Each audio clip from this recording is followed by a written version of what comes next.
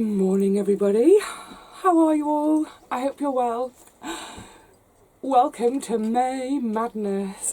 Oh my goodness, we're in May already. I always think of May and the madness because this month now, this is like, it's my big push in the year. So it's when the vast majority of my sewing happens. I'll be sewing some things direct, I'll be sewing some things in pots. It's when all the structures go up, it's when all the beds get prepped and ready. It's when some of the things from home that I started, they'll come down here, they'll gradually get planted out. Yes, I'm so behind this year, it's ridiculous. Combination of a few things. I think over the winter it was so wet. So many of my days that I was planning to have here ended up being washed out. That's one thing. And then, of course, we got so dry. March and April, we basically had no rain. And the ground turned to concrete, despite my best efforts. It's the same for everyone on my site.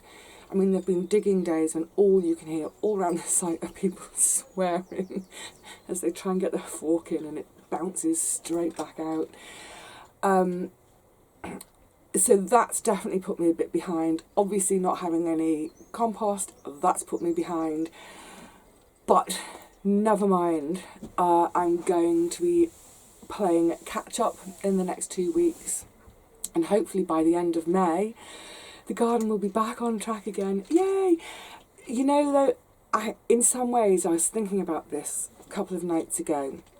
The fact that I'm quite behind with the garden this year, it might actually be a useful thing, because for any of you who are new, who've decided to start a garden, a vegetable garden for the first time this year, you probably made that decision around about the time when all this, you know, the COVID nonsense started and lockdown happened.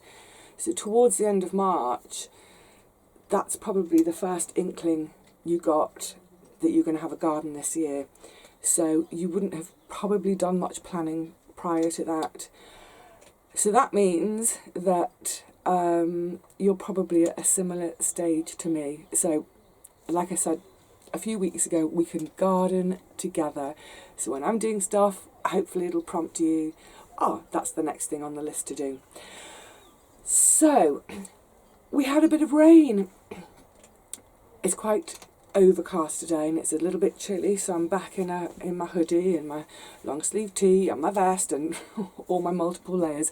Hopefully they'll come off. Not all of them. I wouldn't do that to you. Yeah, so we've had a little bit of rain and I'm hoping it will have helped in terms of softening the soil a bit, because I haven't been here for about 4 days.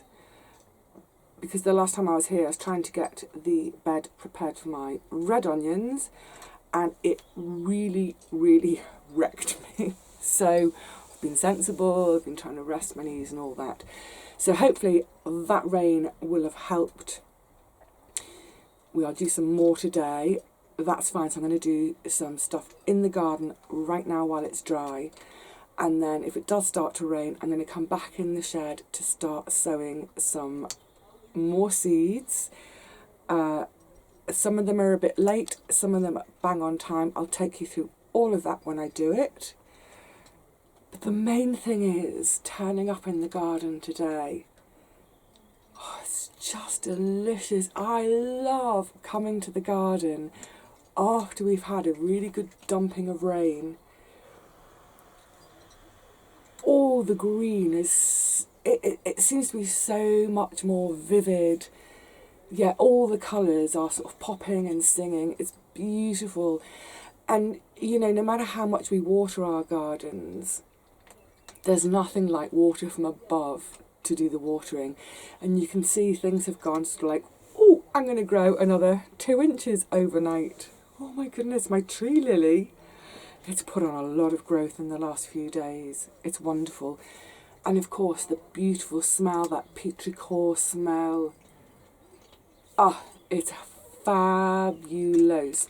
So, yes, I am very, very behind in the garden. I would say, I think I'm about 3 weeks behind where I would normally be, in some cases 4, but it's okay, I will catch up, and hopefully, like I say, this rain will have made it a little bit easier to get my fork into the ground. So this morning I'm going to be sowing carrots, leeks and spring onions. They're all going to go in the same bed.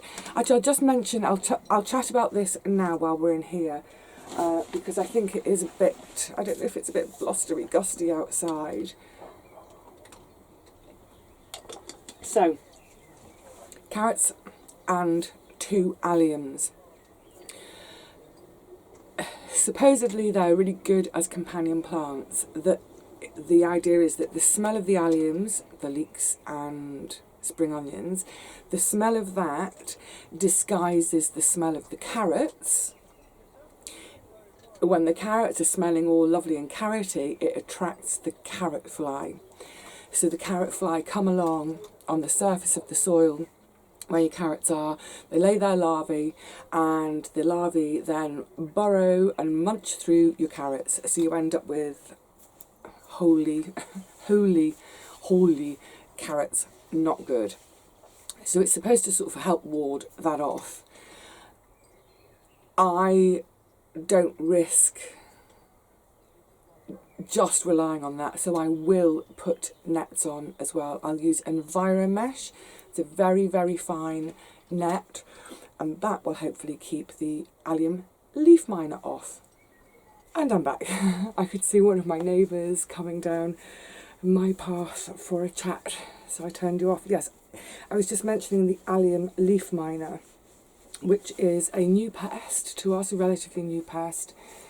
I think it turned up about 10 years or so ago in the UK, and on my site maybe about 6 years or so ago. And it really is a horrid pest. It sort of burrows into the leeks, for example. Excuse me. And 2 years ago I tried again with my leeks. I'd always grown beautiful leeks, and it's a gorgeous winter veg. I adore them in my winter soups. But yeah, 2 years ago I decided that's it, because yet another crop was just devastated despite me netting them. However, I do still love my leeks. So last year I tried something a little bit different, and it worked beautifully. I'm basically using my leeks as a summer and early autumn crop because they're so beautiful, and the thinking behind that is that I have them out of the ground and enjoy them before the leaf miner has its second laying season, which is around about October. Their first laying season is about April, and then again in October. So by sowing them now, by the time they come up and get going, it's missed the first laying season, and then I'll have them out and enjoy them before the second laying season. So I don't, in the past I would have started them off in a pot at home, taken all the individual little leeklets apart, dibbed a hole, popped it in the hole, all of that faffing to then have no crop.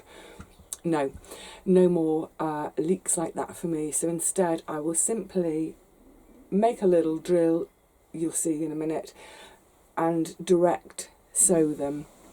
And then as they come up, by way of thinning them, I'll take a few little ones out, let the rest get bigger, and then, like I say, over the course of the summer and the early autumn, just have 1 or 2 out whenever I fancy them. And oh my goodness, they're so, I mean, they're gorgeous veg anyway, but when they're so young and tender, or just ever so slightly chopped up, fried off in a little bit of butter, a bit of olive oil, whatever, and then on a crunchy piece of toast.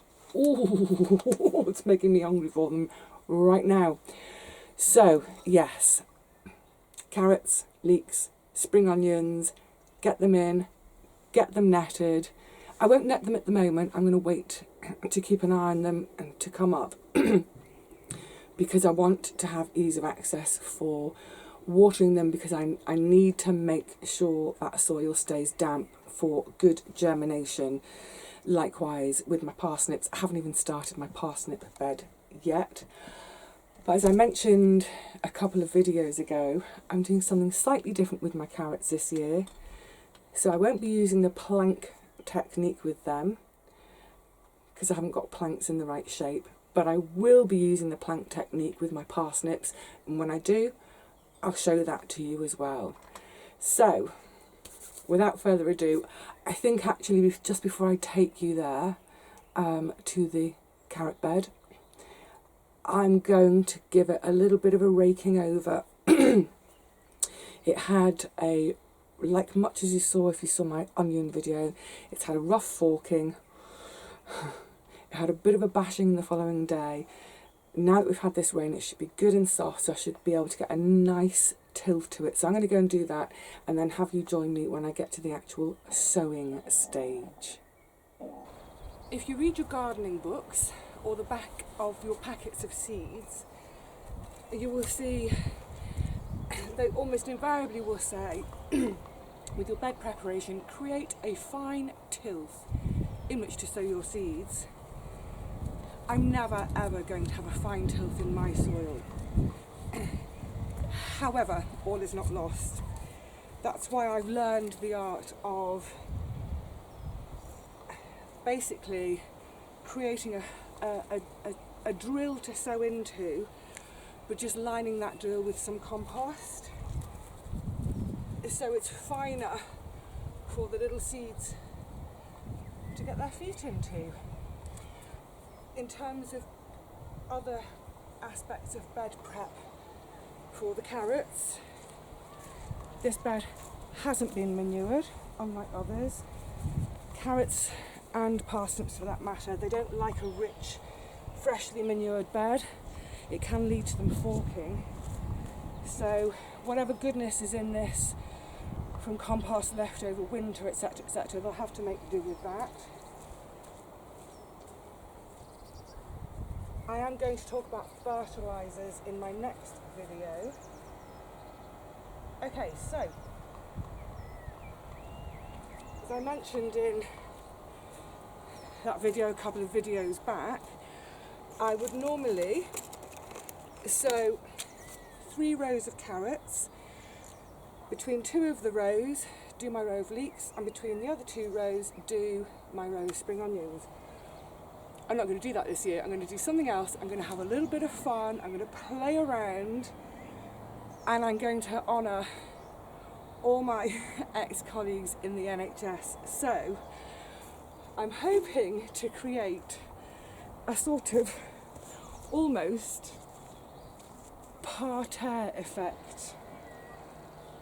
So let's just have a think about spacing. I want some leeks on the end. That's the extremity of my N, and that's my H, and that's my S. Great. And then I want N, H, S, and then I want a heart on the end that's going to be a spring onion heart. Yay!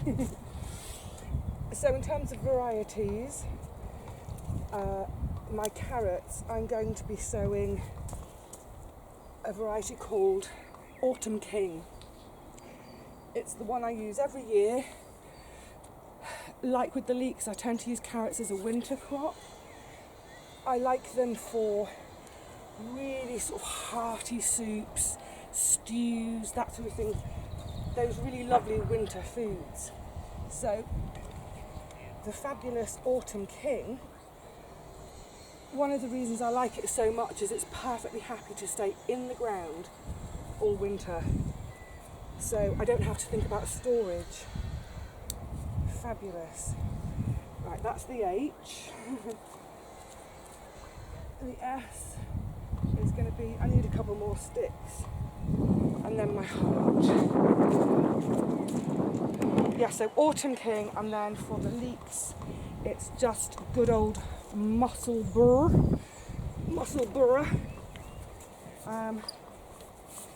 Right, I think what I need to do, yes, definitely, what I need to do is I'm going to just roughly mark out the drills with my dibber, I need to leave a little bit of space on the end for the nets to come over the hoops and to be weighed down at the end, but I think I can get three stripes of leeks in.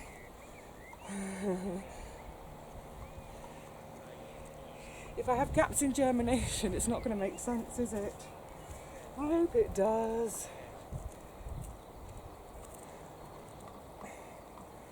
There's my N. Right, well this is going to take me a while, so why don't I get on with this, get my drills made, get the compost in, and then hopefully it should be much clearer what I'm trying to do, and I'll show you then. Yay! Yay! So, try and come back a bit. Hopefully you can see what I'm trying to achieve. So at the moment that's just the compost in the drills, ready for me to now seed. Oh, I hope this works. I'm trying to imagine this later in the summer, all green and lovely. Yay! Right, come on, cracking on. Let's get some seeds sown. Oh yes, NHS, we do love you. Okay, ready to start seeding. Yay! Now, I have just given all the compost a bit of a wetting. Well, quite a soaking. It was really quite dry, and all of these seeds I'm going to sow today, if they get dry, they're just not going to germinate, or they may just about germinate and then within a couple of days they'll keel over from being too dry. So it's all had a wetting after I've sown and covered them.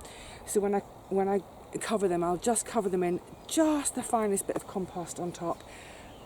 I'll give it another wetting. Okay, so I'm going to start this end with the leeks, my 3 little stripes of leeks. But here comes a gusty. For all of these seeds, same principle. I'm going to sow very thinly. So, tiny seeds, at least, well, the leeks are at least a little bit bigger than carrot seeds, but you can see they're really tiny. Excuse me. It's really easy to be heavy-handed. I try not to be. So there's a couple of reasons I'm going to sow thinly. And when I say thinly, I'm trying to drop it so there's maybe 1 seed every centimetre or so. So that's going to mean, hopefully, you know, in an ideal world, well, they'd all germinate, wouldn't they? That would be great. But that basically almost, well, never happens. So I want to sow them thinly, but not so thinly that if there's poor germination I end up with great big gaps, although if that does happen I can always sow a few more in a few weeks. One of the main reasons I sow thinly is because, well, firstly I don't want to use up all my seed. That isn't normally an issue with something like carrots because there's normally tons of carrot seeds in a packet.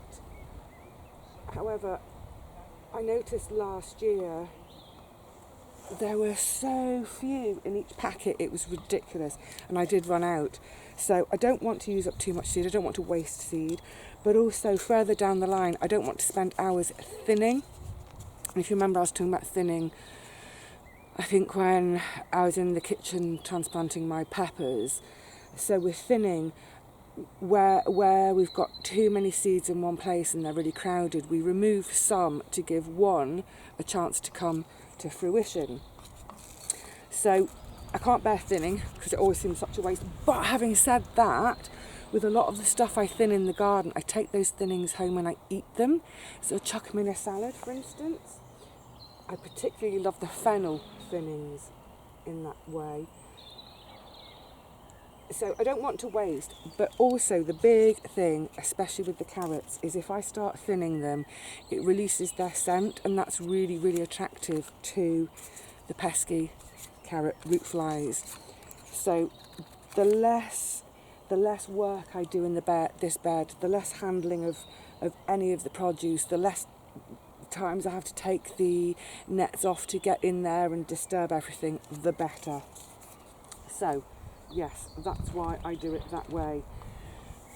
Okay, well, I've got quite a bit more sewing to do, and like I say, it's sort of all on the same principle in this bed.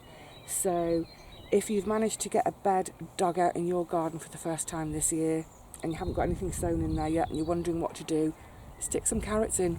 If you like carrots, stick some carrots in. Don't grow carrots if you don't like them. Actually, that's something I'm always saying to people when they say, what should I grow? Grow what you like to eat. That's the main thing, isn't it? And I'm already getting a bit drooly thinking about these gorgeous leeks and carrots and spring onions later in the year. As I was mentioning with the Autumn King, I grow them as a winter carrot. They are a really good carrot for cooking. They've got a really robust flavour.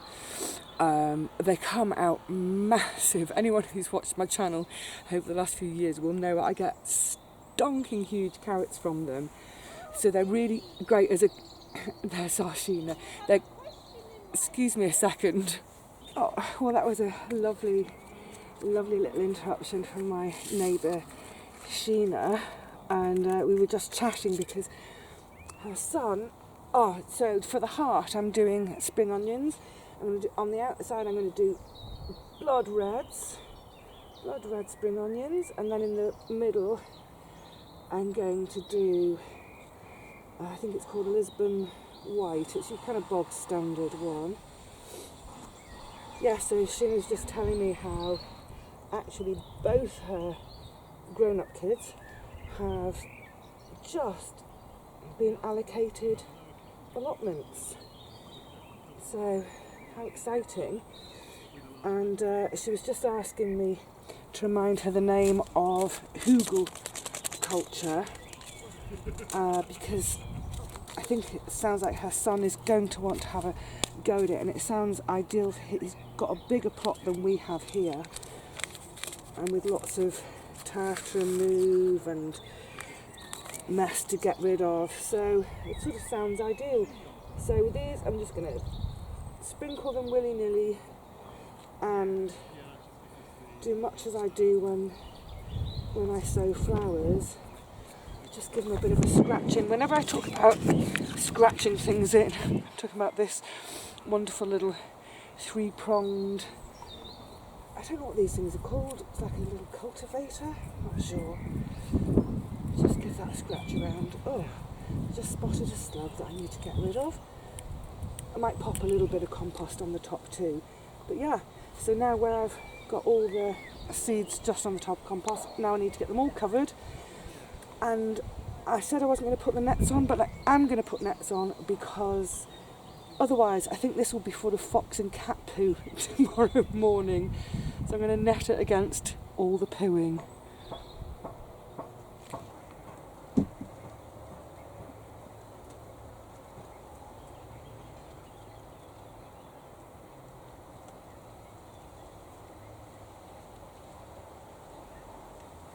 Yay, it's just starting to spot with rain again.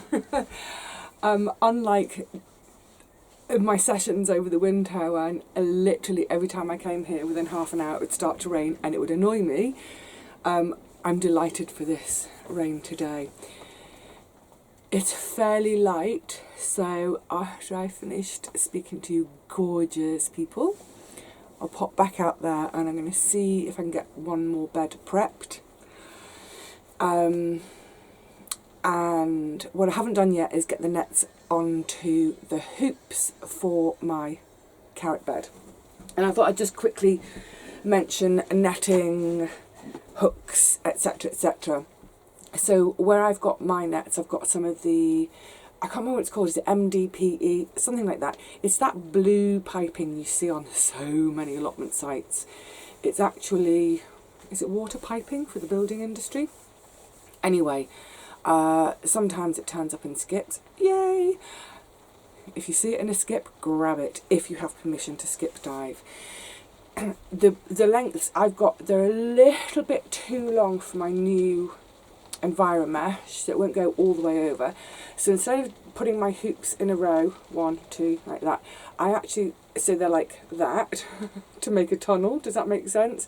I actually cross mine over like that, do them so they're slightly more lengthways, so it's a little bit lower, so the Enviromesh fits over the top.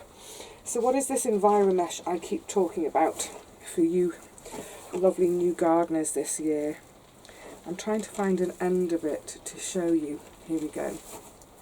So it's netting. You see it's really, really, really fine gauge mesh. So Enviromesh is supposed to pretty much stop any pests from getting in there. Like I said, it didn't stop my allium leaf miners a couple of years ago. Having said that though, the allium leaf miners may have got in during a time when I've had the covers off to do some thinning, that sort of thing. So, don't worry, I've had a wash. Enviromesh, I believe that's the kind of proprietary name of it. There are all sorts of different meshes, nets, etc. you can get. Enviromesh is not cheap by any means. However, I would say it's one of those investments that's well worth it because you can do a multitude with it. Sorry, excuse me. I just have all sorts of different gauges of nets and things, and over the years they've deteriorated, they've got great big holes in whatever. This stuff seems to be a bit more robust. By the way, I'm not sponsored, just to make that really clear. I'm not sponsored for anything in my garden, apart from sponsored with your love. Yeah, because it's a finer mesh, I find, it doesn't tangle up, it doesn't get holes ripped into it. Also, because it's such a fine grade of mesh, you're not going to have things like birds getting caught up in it. I can't bear the thought. I can't bear the thought. I used to use some bigger mesh, almost like, not quite as big as pea netting, but bigger. And I just thought one day how I would be mortified if I came to the garden one day to find a bird had got caught up in it and was hanging upside down dead. Oh, can't bear the thought. So please, please, please, it's another thing to consider with nets, especially ones which are coming down to the ground. Is it going to harm wildlife? Is it going to cause issues? So, for example, if the holes are big-ish, can a hedgehog get its head through that hole and then can't back out of it and get tangled up in it? Maybe we need to have spaces underneath our nets for our hedgehogs to pass through. Sadly, I don't have any hedgehogs in this garden here. I wish. I would love to have my own little gang of Mrs. Tiggywinkles trotting around, oh my goodness, following me down the path. I'd love it. So yeah, just please, please, please, always bear in mind the wildlife when you're putting any kind of netting up. Is it a hole big enough for a bird, wildlife, whatever, to end up with their head stuck through and they can't get out? Is it flapping around so that they're going to fly into it and get tangled up in it? Like I say, the great thing with this really, really, really fine mesh is that should they inadvertently fly into it, and hopefully they wouldn't because it's very visible, and that's the other thing with this green big holed netting, is you might not even be able to see it. This is very visible and the holes are so tiny, you're not going to get, heads caught in this, spines caught in this, etc, etc. So yeah, expensive, but definitely a worthwhile investment. The other option, of course, is, says she leaning over, of course this year I've discovered the joys of, oh hello Rusty, he's just jumped up into my box of pegs. Hang on a second, let's have a look. Say hello Rusty, say hello. Do you want to come round there? Oh, goodness me, where were we? Back to, hang on, where have you gone to? And there you all are. The reason he just had a bit of a moment is because I've got this sitting on the bench next to me. It's full of all sorts of pegs, I'll show you. So some of these are just old, like metal tent pegs and what have you. Half of these I've dug out of the ground from being in the garden. These I find really useful. So the peg goes into the ground and then you catch the netting under this lip and it holds it in place. But then it means it's relatively easy to just pop this up a little bit, unfurl the net to be able to take it up and off your plants so you can get at them for whether it's weeding or, more importantly, for harvesting. Can't wait, can't wait, can't wait. Yes. So there we go. That's not me trying to lecture people about what to do and what to buy. It's just me saying that, you know, we have these gardens. We're so lucky to have our gardens. But please, please, please remember, we share them. We share them with all sorts of little creatures, insects, birds, mammals, what have you. We don't own any of this. We share it. So please just bear that in mind when you're putting up anything that's a pest deterrent. That's what we want to do. We want to deter things. We don't want to inadvertently kill things in the process. Yay! Proper Pollyanna mode today. Right, it looks like it's brightening up out there a little bit. We are due these kind of intermittent showers for a couple of hours and then it's going to set in again. So I think that's my cue to get outside, get my nets on before the cats decide that that's a beautiful latrine that I've just built for them. See if I can get one more bed dug. And then it's time, massively time, to get on with a load more sewing. But for this video and for today, that's enough. It's time to say cheerio to you all. Please stay well, stay out of trouble. It's like I'm on repeat now, aren't I? Oh, cheerio, Rusty. Thanks for the wobble. As and when you can get into your gardens, do it. It's just, especially after rain, isn't it glorious after rain? You know what? Just do it. Now I sound like I'm advertising a brand of footwear, and I'm definitely not advertising that, I can tell you. So yes, please have fun, keep yourselves occupied, keep yourselves healthy in both mind, body and soul. And what could be more healthy for all of those than time in the garden, getting our own food underway for the year. Can't wait for summer. Stop it, stop it, stop it. I don't want to wish time away. I'm behind. Right, that's it. Until I see you again. Oh, I know. Yeah, some seed sowing. Loads more seed sowing.